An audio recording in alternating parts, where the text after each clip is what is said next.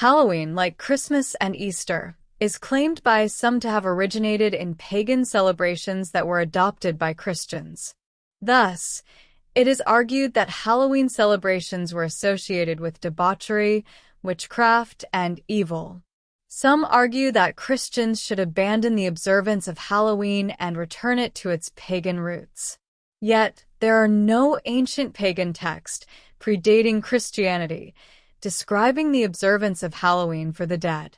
In fact, our earliest text showing an observance for the dead in Christianity dates to about 250 AD.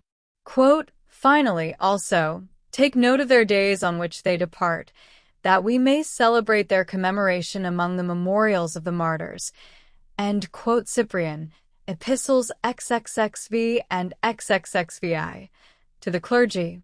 Christians began commemorating the dates of the martyrdom of specific people in the early days of Christianity. As time progressed, this practice evolved to include the remembrance of all deceased saints. Due to the large number of saints, it became necessary to consolidate the observance into a single day. As noted in the Catholic Encyclopedia at New Advent, the origins of the Christian observance of All Saints' Day can be traced back to the 4th century. Although the specific dates of October 31st and November 1st were not yet established during this period, references appear in Christian writings from the 7th century when it gained official recognition, leading to the establishment of All Hallows' Eve on October 31st. Quote, "Solemnity celebrated on the 1st of November. It is instituted to honor all the saints, known and unknown, and, according to Urban IV, to supply any deficiencies in the faithful celebration of saints' feasts during the year." In the early days, the Christians were accustomed to solemnize the anniversary of a martyr's death for Christ at the place of martyrdom.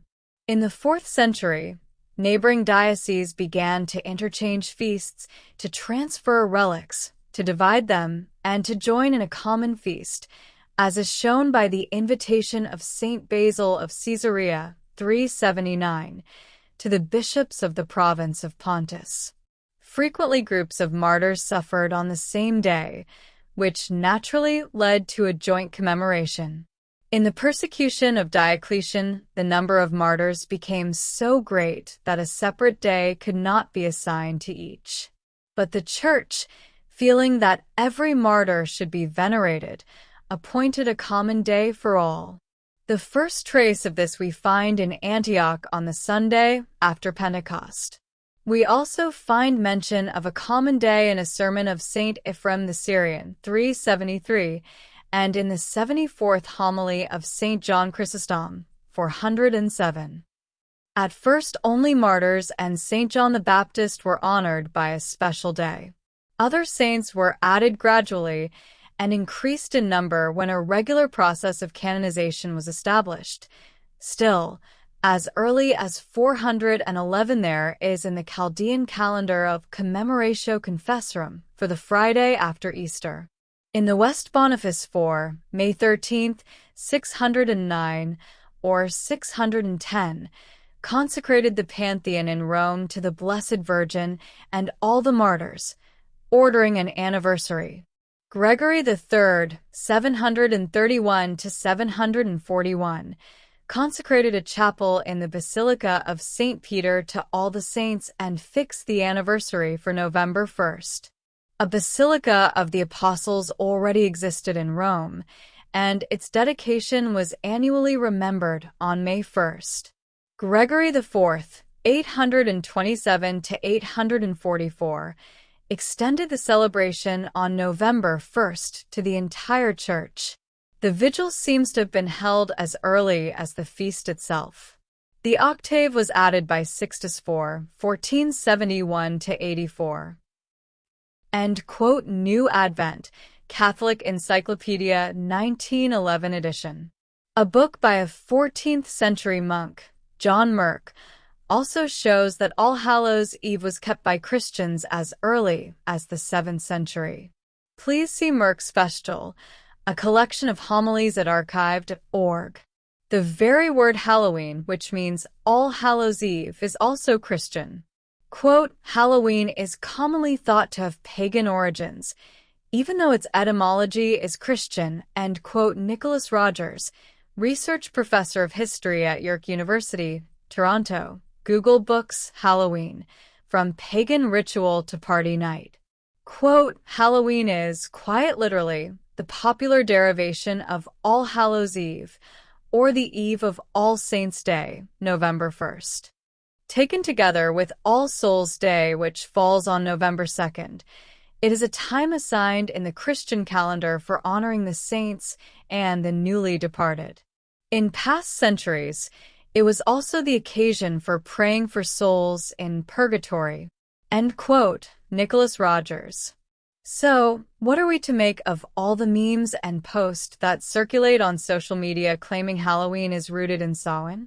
To be honest, people who post these memes show their ignorance of history. There is no proof that Halloween was linked to Samhain before Christians observed it as Halloween. Plus, there is very little known about the celebration of Samhain and what it involved. Most of what we hear about it nowadays comes from speculation. Quote, if Samhain imparted to Halloween a supernatural charge and an intrinsic liminality, it did not offer much in the way of actual ritual practices, save in its fire rites.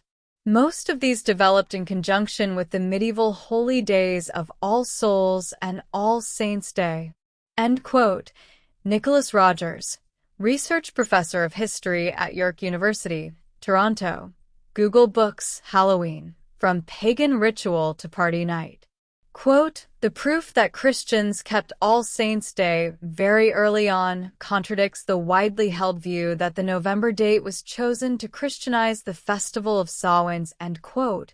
Google Books, Halloween, From Pagan Ritual to Party Night. Finally, the word Samhain is not even mentioned in any text until at least the 10th century. See Stations of the Sun, A History of the Ritual Year in Britain by Ronald Hutton. In all text on Samhain, the details about the festival are vague. So to summarize, Christians kept the dates of October 31st and November 1st before paganism mentions the dates in any text. Furthermore, since the word Halloween literally comes from Christianity, Halloween is Christian in origin.